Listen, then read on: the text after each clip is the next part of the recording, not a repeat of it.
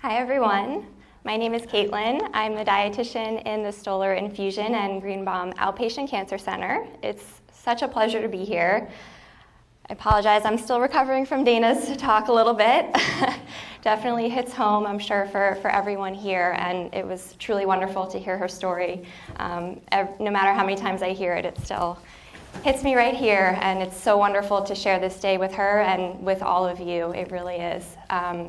So I am going to talk a little bit today about eating healthy and really getting yourself on track to eat healthy. So our focus today, as Dr. Miller said, is really being well and living well beyond cancer. So wherever you are in your journey, in your treatment, post-treatment, recently diagnosed, nutrition plays such a key role in all of those steps along your journey.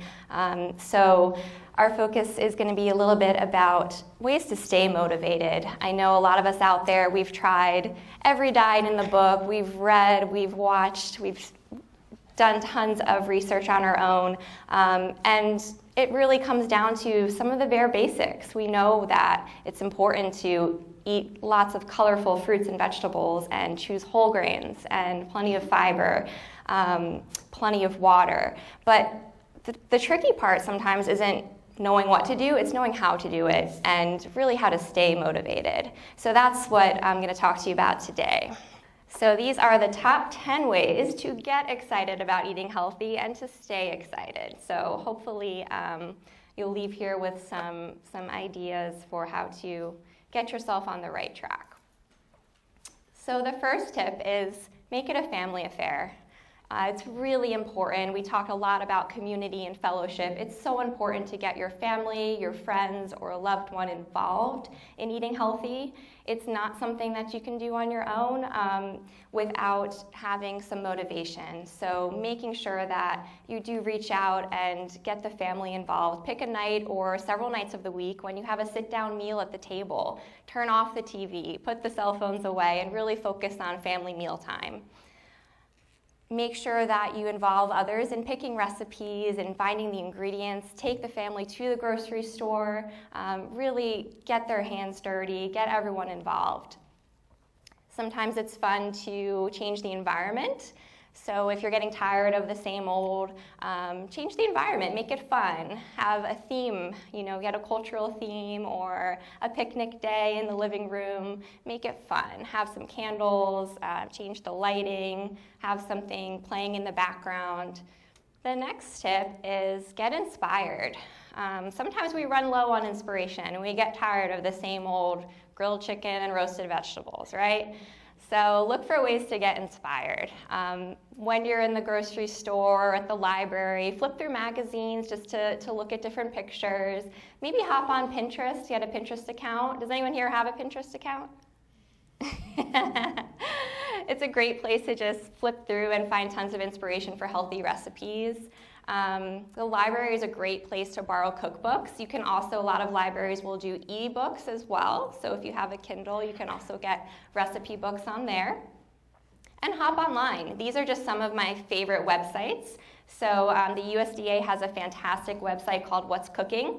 And they have tons of recipes. You can even pick based on your past medical history and what disease states you might be struggling with, if you need to follow low sodium or diabetic and things of that nature. Also, NIH.gov, their healthy eating website is fabulous. Eatright.org, and that's the Academy of Nutrition and Dietetics. And then the American Heart Association, heart.org.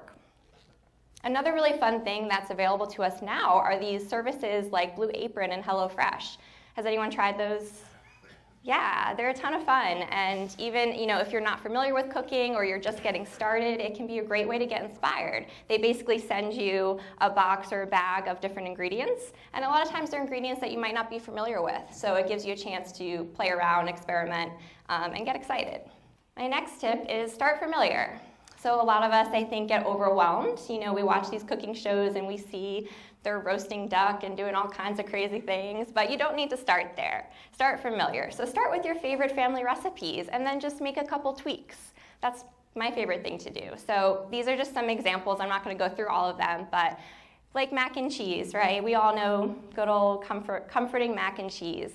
try your family recipe, but cut the butter in half and use low-fat cheese and low-fat milk instead of cream. Try whole wheat macaroni, or do half and half whole wheat and regular.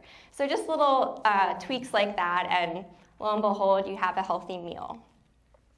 Another example is for a healthy pizza, just use a whole wheat pita or whole wheat tortilla, throw on some low-fat cheese and some chopped vegetables, and you can even pop it right in the microwave. So some really easy ways to eat healthy, but starting with things that you are comfortable with. All right, my next tip is spice things up. So a lot of times we get bored, we get tired of the same old. It's really important to explore new flavors, especially if you are trying to do, say, more of a plant-based diet, or stepping outside your usual chickens and fish and moving more towards beans, lentils, things like that. It's really important to try different spices. So these are some of my favorite spices from all around the world. And what you can do, one of my favorite things to do is make your own spice blend. Has anyone ever made their own spice blend? Nice. So it's one of my favorite things to do.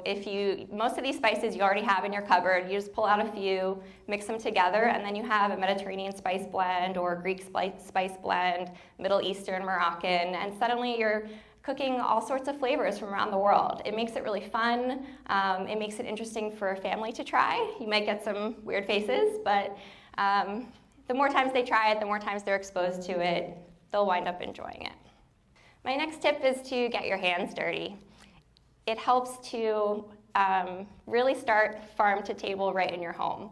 So even if you live in an apartment or just have a balcony or windowsill, try starting a little herb garden. There are a lot of plants that will grow in different climates, or even if you have full shade. So things like arugula, beets, broccoli will grow even in shade. Herbs tend to grow well indoors, certain herbs that are a little bit hardier. So basil, rosemary, thyme, oregano are a great place to start if you're just starting an herb garden on your windowsill. And if you don't have space, that's not a problem either. So they now have tons of community gardens all over. So within the city and outside of the city. If you hop on the University of Maryland Cooperative Extension, you can get your own little plot of land for free. It's pretty awesome. You can also check out the Baltimore Free Farm and the Department of Rec and Parks. So through all those organizations, you can get your own plot of land and start your own garden. You could even do it with a neighbor or pair up with a friend. My next tip is look local. So just as there are these community gardens available, there are so many resources right at your fingertips. So think about looking for a local farmer's market. A lot of farmers markets are actually year-round. So even in the fall or the winter when you feel like you might not be finding the best produce in the grocery store, check out your farmer's market. They tend to have a lot of great options. A lot of times they're offered at reduced costs as well. There's a couple of really neat programs that you might not be familiar with in Baltimore. Healthy grocery bags. This is something that there's a couple options. So there's Gather Baltimore, and then there's our very own UMMC mobile market, which takes place right on the Midtown campus, and both locations will offer you a bag of beautiful produce. It's like 7 or 8 pounds worth, and it's for $8 or less. So it's really a wonderful way to get your produce for an inexpensive cost and a good variety. So I know a lot of times cost can be a reason why we don't choose fresh produce. So definitely hop online, or look for your local farmer's market, or check out one of these mobile markets. My next tip for staying motivated. It does help to continue growing your experience, extending your learning, so hit the classroom. There are so many free classes available. A lot of us forget about the library. They have tons of resources. Your local library will have, like I said, cookbooks, ebooks, but also will run events. Nature centers, so if any of you are in Howard County, the Robinson Nature Center does tons of really neat events about growing, farming, things like that. Also, the University of Maryland Cooperative Extension, they have tons of free classes on farming as well, or growing, or starting a garden. And local farms, as well as the Department of Recs and Parks, will have really nice resources for you as well. And maybe for a very special occasion, a birthday or something like that, you could even look into a class that you have to pay for. So in Baltimore, there are locations where you can learn how to cook different types of cuisine.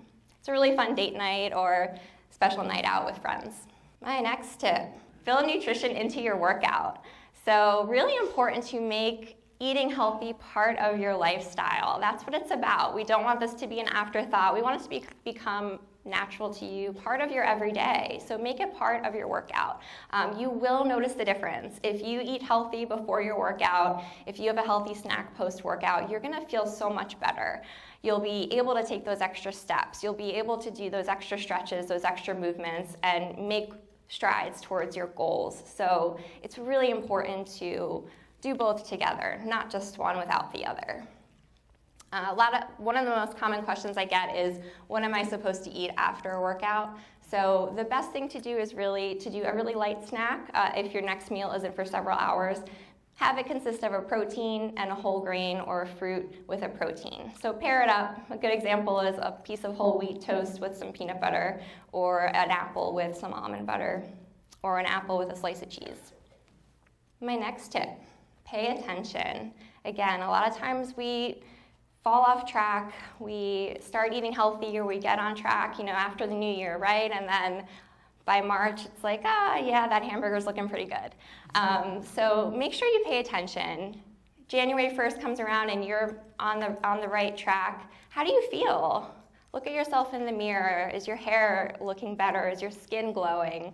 Are you feeling stronger? Are you having more energy during your work day? Are you having more energy during your workout?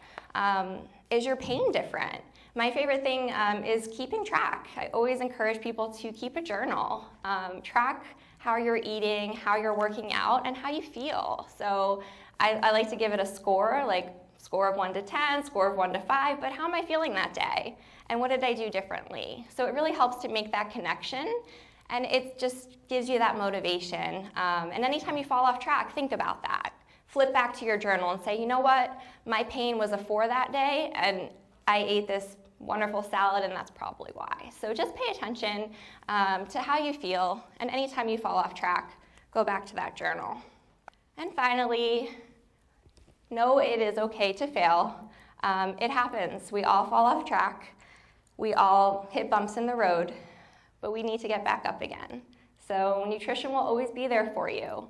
It's not something that you have to tuck far away. If you have a rough time or you have a rough experience, you can get right back to it. It's always out there. Like I said, get your family involved, get a friend involved, and get yourself right back up again. Make sure that you do acknowledge your wins. It's not about the numbers. We a lot of times get really focused on weight loss or a weight goal. It's not what it's about. It's about how you feel. It's about making these changes and rewarding yourself for those changes, feeling good knowing that you've made a difference for yourself. Above all else, eating healthy should be fun. So I hope some of these tips help you to have fun with eating healthy and stay on track. Thank you guys so much for listening.